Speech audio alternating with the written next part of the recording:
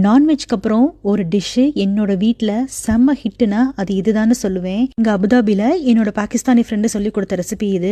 இந்த ரெசிபியோட பேர் வீடியோ கடைசியில் சொல்கிறேன், வாங்க எப்படி செய்யறதுன்னு பார்ப்போம். ஒரு பேனில் கொஞ்சமாக நெய் விட்டுக்கோங்க. கடலை மாவு சேர்த்து நல்ல பச்சை வாசனை போகிற வரைக்கும் மிதமான தீயிலே வறுத்து விட்டுக்கோங்க. கலர் மாறக்கூடாது. இப்போ இதுலேயே காஷ்மீரி மிளகாத்தூள் சேர்த்து நல்லா கலந்து விட்டுக்கோங்க. அடுப்பை ஆஃப் பண்ணி எடுத்து வச்சிருங்க.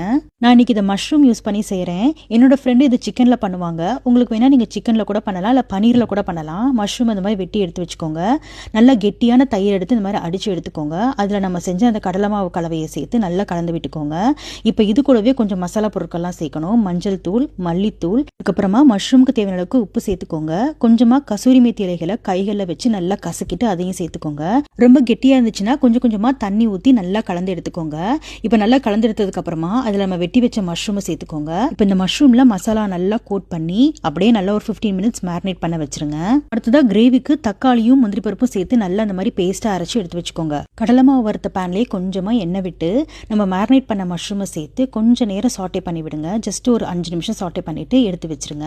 இப்போ ஒரு கடாயில் கொஞ்சமாக எண்ணெய், சீரகம், பொடியாக வெட்டின வெங்காயம் சேர்த்து வதக்கி விட்டுக்கோங்க.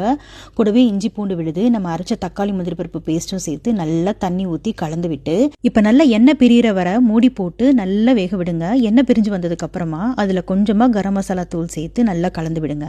இப்போ நம்ம அடுத்ததாக வதக்கி வச்சிருந்த அந்த மஷ்ரூமையும் சேர்த்து நல்லா ஒரு சேர கலந்து விடுங்க இந்த மசாலால.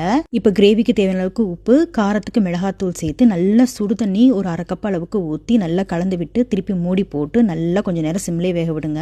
ஒரு 6 to 7 மினிட்ஸ்க்கு அப்புறமா கிரேவி நல்லா திக்காய் வந்ததுக்கு அப்புறமா மிளகா, மல்லி தூவி இறக்கிற வேண்டியதான். சூப்பரான மஷ்ரூம் டிக்கா மசாலா ரெடி ஆயிருச்சு. நீங்களும் இந்த ரெசிபியை கண்டிப்பாக ட்ரை பண்ணி பாருங்க. வேற லெவலில் இருக்கும் டேஸ்ட்.